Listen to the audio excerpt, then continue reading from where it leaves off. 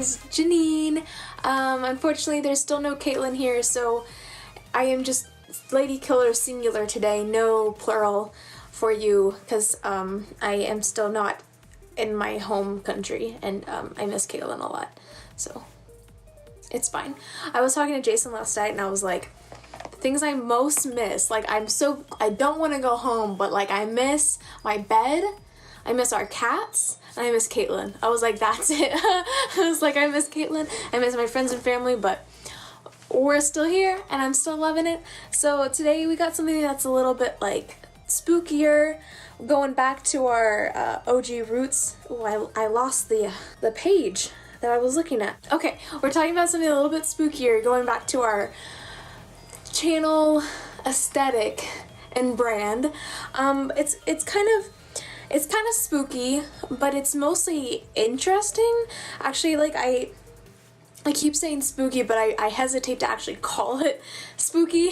It's actually comes from a really, really cool place and like a really cool story. So I'm really excited to share this with y'all. The place I'm talking about is Nagoro Scarecrow Village. This is in Shikoku, the island. We were staying in Miyoshi for a couple days, and we took just kind of like a little couple-hour trip out of the way. It's kind of hard to get to because not a lot of buses actually go there during the day, just like a couple of them. But luckily, we had a car rented for this portion of the trip, so we were able to zoom right up. When you're driving up, and it's a kind of a bit of a long drive, and you go through all these little towns, these little villages and stuff on the way up, because it's like basically on the side of the mountain that you're driving. And then all of a sudden you just start seeing these scarecrow everywhere. And I'll put a video here. But just like there's just these like scarecrow everywhere. And you're like, what's going on? So I will tell you what is going on. And this was in Ia Valley, and it's this little town. And it's inhabited by 30 people, humans, but it's inhabited by probably more than 300 scarecrows. And I'll tell you why. So these scarecrows were created by Tsukimi Ayano, I think is how you pronounce her name, and she's this artist that is from the village.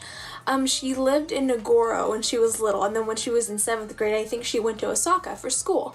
And she stayed there for like 15 years, and she, graduated, she got a job, she had a family and whatnot. And then she moved back, I guess 17 years later, back to Nagoro. She went back to take care of her father. And she found that a lot of people had moved out of the town, and then it was like, it went from, like a couple hundred people in the town to like 35 people. And so while she was there taking care of her dad and her family and whatnot, she made this little scarecrow to put out in the fields that looked like her dad. And that was just like her dad, and she felt that it was really funny because people who were up really early in the morning would think that it was actually her dad, and so that they would pass by him and like say hello and like try to start conversations with him, which he didn't reply because he was a scarecrow. And so she saw this and she just thought it was really cool. So she decided to kind of continue to inhabit the town with more scarecrows, both of people who had lived there, who had passed away, and who just like random ones that she just kind of made up. So in some of these videos you can see there's like a little bus stop that she's kind of inhabited. There's a lot of like little like shops and stuff that she's put like all kinds of little scarecrows in. There's like a couple little houses and stuff, and Tsukimi herself, she actually lives in the village now. We went by kind of late in the day, so we didn't get to see her, but if you can, like, if you're driving on the main road that goes through it, her house is just like a little ways off, and so you can see if like the lights on or the doors open or whatever, and so you can actually go and talk to her, like the artist of all these scarecrows. And she has a whole like wedding scene set up in her home too.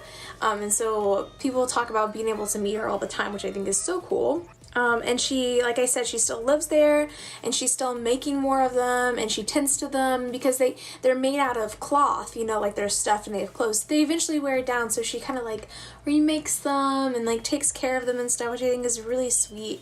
There was this one older lady who lived there who passed away a couple years ago, and she would always sit out on her porch. And so Tsukimi, it sounds like I'm saying zucchini, oh my god. Tsukimi, she made a little scarecrow to go and sit like in front of the house where she used to live.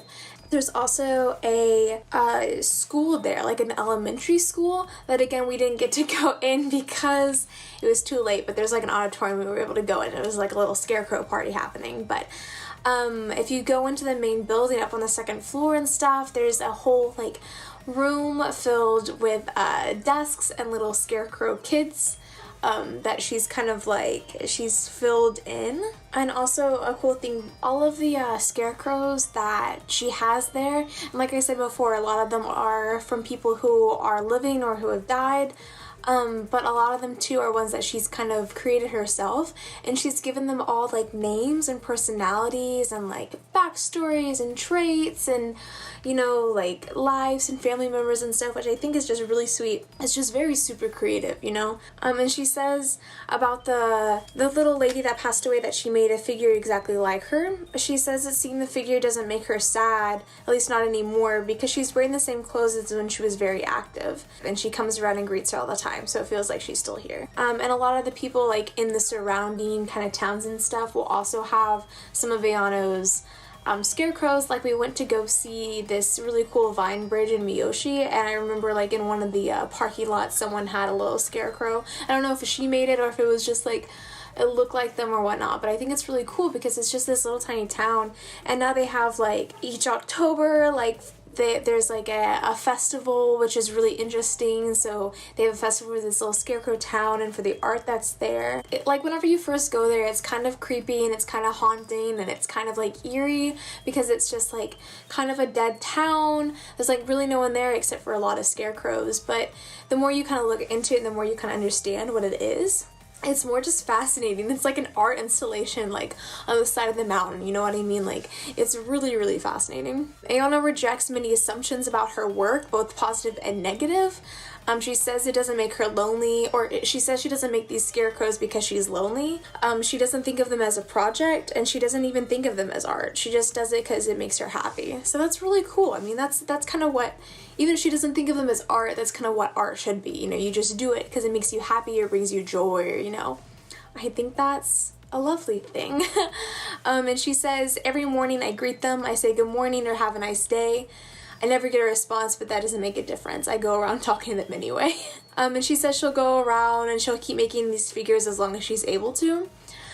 So the scarecrow population in the town probably isn't likely to go down. It's probably going to increase. I think it's so sweet.